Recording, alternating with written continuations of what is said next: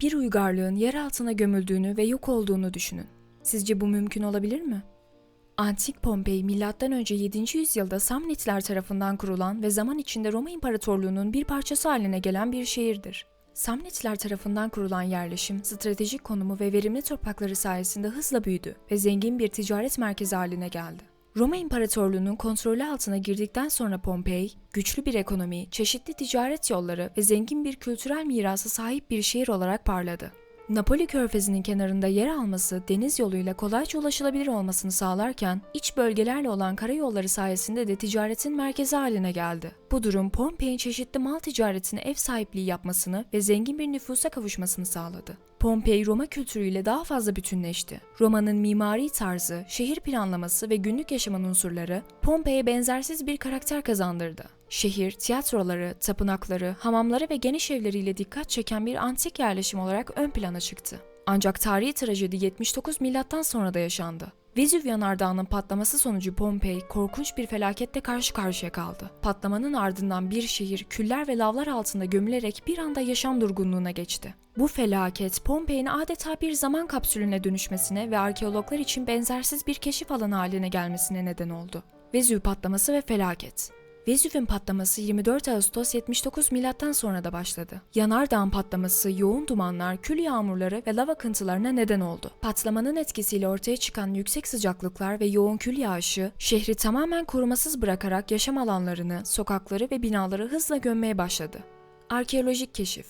Antik Pompei 1748 yılında İspanyol mühendis Roque Joaquín de Alcubierre tarafından yeniden keşfedildi. Uzun bir süre boyunca unutulan bu antik şehir, Vezüv yanardağının 79 milattan sonradaki patlamasının ardından tamamen gömülmüş ve tarih boyunca kaybolmuştu. Ancak Alcubierre'in keşfi bu antik yerleşimin unutulmuş tarihini gün yüzüne çıkardı ve arkeologları bu büyüleyici kazı alanına yönlendirdi. Kazılar, şehirdeki evlerin, tapınakların, tiyatroların ve diğer yapıların günümüze kadar korunmuş olması sayesinde antik Roma yaşamının detaylı bir portresini ortaya çıkardı. Duvar resimleri, mozaikler ve diğer sanat eserleri Pompei sakinlerinin günlük yaşamlarına dair değerli bilgiler sunmaktadır. Arkeologlar Pompei'nin sokaklarını kazarak ve yapıları açığa çıkararak antik Roma'nın mimari tarzını ve planlamasını anlamak için önemli bilgiler elde ettiler. Ayrıca şehirdeki yaşamın detayları, ticaretin nasıl yapıldığı, toplumsal yapı, dini inançlar ve günlük aktiviteler gibi birçok konuda bilgi sağlamaktadır. Pompei'nin yaşam tarzı ve kültürü. 1. Evler ve konutlar. Pompei'deki evler genellikle avlu etrafında düzenlenmiş ve renkli duvar resimleriyle süslenmiş atriumlara sahipti. Mozaiklerle süslenmiş zeminler, evlerin zenginlik ve statüsünü gösteren önemli unsurlardan biriydi. Şehirdeki büyük ve lüks evler, zengin tüccarlar ve soyluların yaşadığı yerler olarak öne çıkıyordu. 2. Ticaret ve ekonomi. Pompei stratejik konumu sayesinde ticaretin merkezi haline gelmişti. Ticaret gemileri liman aracılığıyla şehre ulaşarak çeşitli malzemeleri getiriyor ve Pompei'nin ekonomisini canlı tutuyordu. 3. Sanat ve eğlence.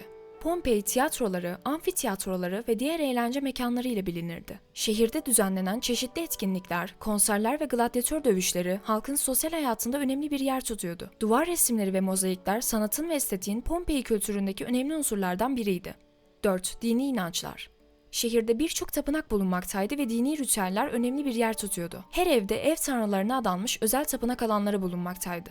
5. Günlük yaşamın detayları.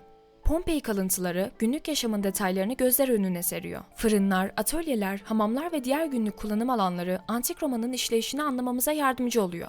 Turistik bir çekim merkezi olarak Pompei. Pompei günümüzde sadece arkeologların değil, aynı zamanda turistlerin de büyük ilgisini çeken bir antik şehir olarak öne çıkıyor. 1. Canlandırma etkinlikleri ve turlar. Pompei'nin tarihi, canlandırma etkinlikleri ve rehberli turlar aracılığıyla ziyaretçilere aktarılır. Rehberler, şehirdeki yaşamın detaylarına ve tarihi önemli olaylara dair ilginç bilgiler sunar. 2. UNESCO Dünya Mirası. Pompei 1997 yılında UNESCO tarafından Dünya Mirası olarak ilan edilmiştir. Bu statü, şehrin tarihi ve kültürel önemini küresel düzeyde vurgular. 3. Modern teknolojinin kullanımı. Günümüzde interaktif ekranlar, sanal gerçeklik turları ve diğer modern teknolojiler, ziyaretçilere antik şehir hakkında daha derinlemesine bilgi edinme fırsatı sunar. Pompei sadece tarihi bir alan değil, aynı zamanda antik Roma'nın izlerini günümüze taşıyan bir müze niteliğindedir. Koruma ve restorasyon çabaları.